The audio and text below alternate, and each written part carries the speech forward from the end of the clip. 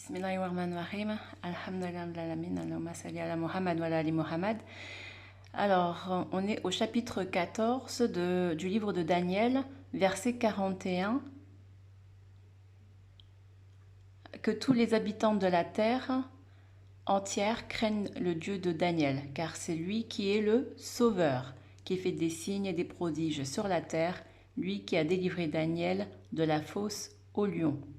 Donc nous avons déjà parlé de l'animal, tout ce qui est tigre, jaguar, les félins, les grosses bêtes, léopards, tout ça. Donc les lions qui pourchassent les saints.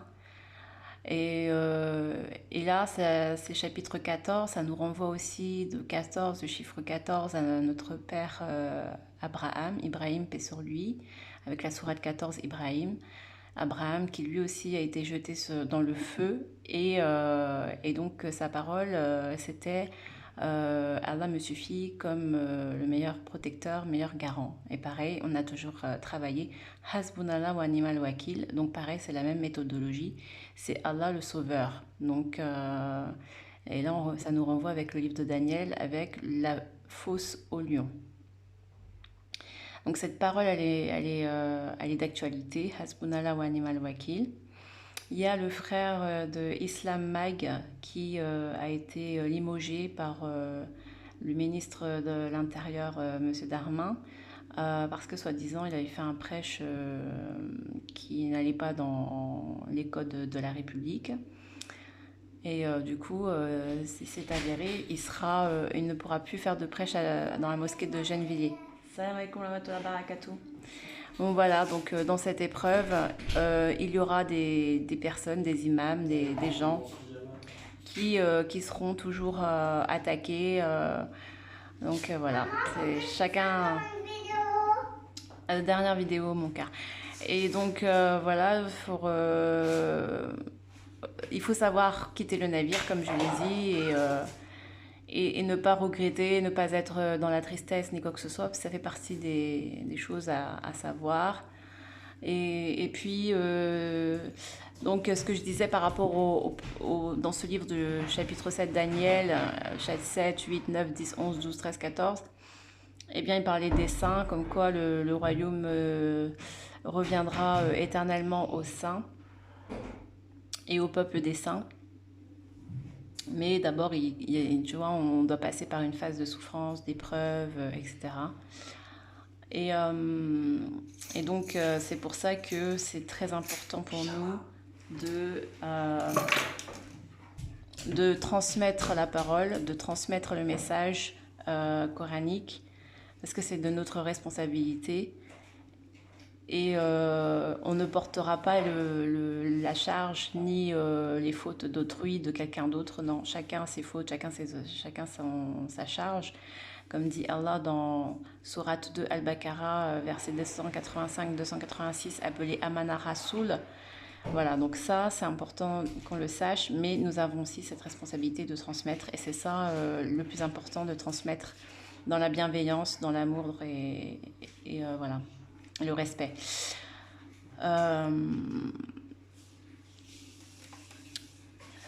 J'espère que cette vidéo donc rectifiera le sens que j'ai voulu dire, parce que bon, j'ai voulu aller trop vite dans l'ancienne vidéo. Sur l'ancienne vidéo, je disais que les personnes, les saints, etc., voilà, qui donc ont une conscience beaucoup plus élevée. Donc, qui dit conscience beaucoup plus élevée, donc dit que ils ont cette souffrance un peu plus décuplée, on va dire ça comme ça, un peu plus que les autres, parce qu'ils ressentent davantage l'injustice, ils ressentent davantage les choses qui ne vont pas bien, ils sont beaucoup plus éveillés, intelligents. Et donc leurs épreuves est beaucoup plus enfin c'est pas qu'elle est beaucoup plus dure ou quoi, mais c'est que dans le ressenti il y a quelque chose de beaucoup plus lourde, mais ça veut pas dire qu'ils porteront les erreurs ou les fautes de leur peuple ni des autres, parce que ça Allah le dit bien dans sourate 27 les araignées, il me semble 29, Ankabut, soit 29, il me semble. Ouais. Attends, Imran. Dans Surat 29, l'araignée, Allah il dit personne ne prendra ne suivez personne. Si quelqu'un vous dit suivez-moi parce que je porterai la charge et les fautes, vos erreurs sur le dos et vous en serez délivrés, et bien cette personne-là, elle a menti et elle ira au jour du jugement en rendre compte à son Seigneur pour aller en enfer. Voilà. Donc ça, c'est quelque chose de très clair. Et ce qui va nous délivrer de cette posture de vouloir être le sauveur, comme par exemple beaucoup mettent le Mahdi, le Messie, que voilà, il a porté sur notre dos les péchés du monde, etc. J'arrive, notre dos. J'arrive. Oui, j'arrive.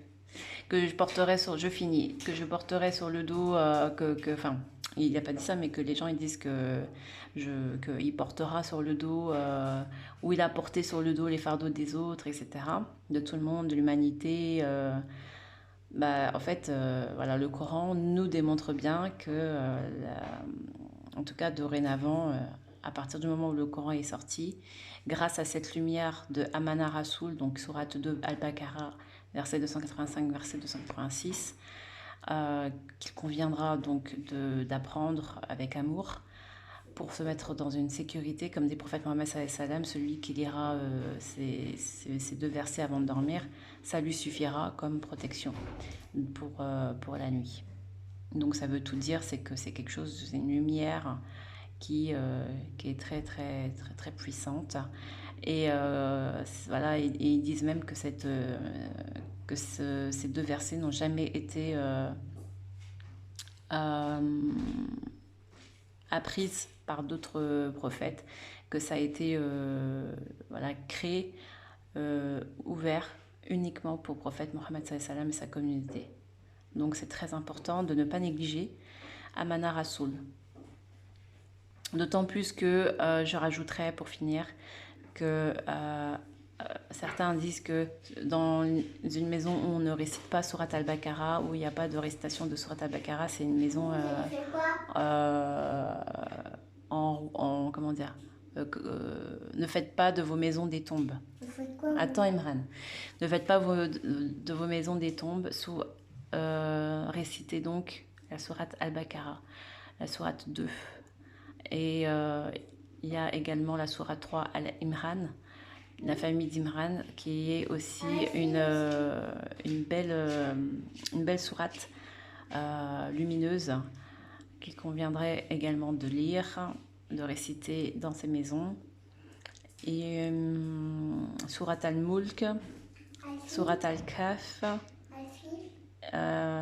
Sourate Inshikak, Sourate... oui. Sourate oui, Sourate Al-Fil aussi, enfin, toutes les sourates, mais là je vous énonce voilà, des belles sourates à renforcer, surtout qu'on est dans les fins. Voilà, c'est tout. Inch'Allah, amin, alhamdulillah, blalamin, salam alaikum, prenez soin de vous, ciao, je vous aime.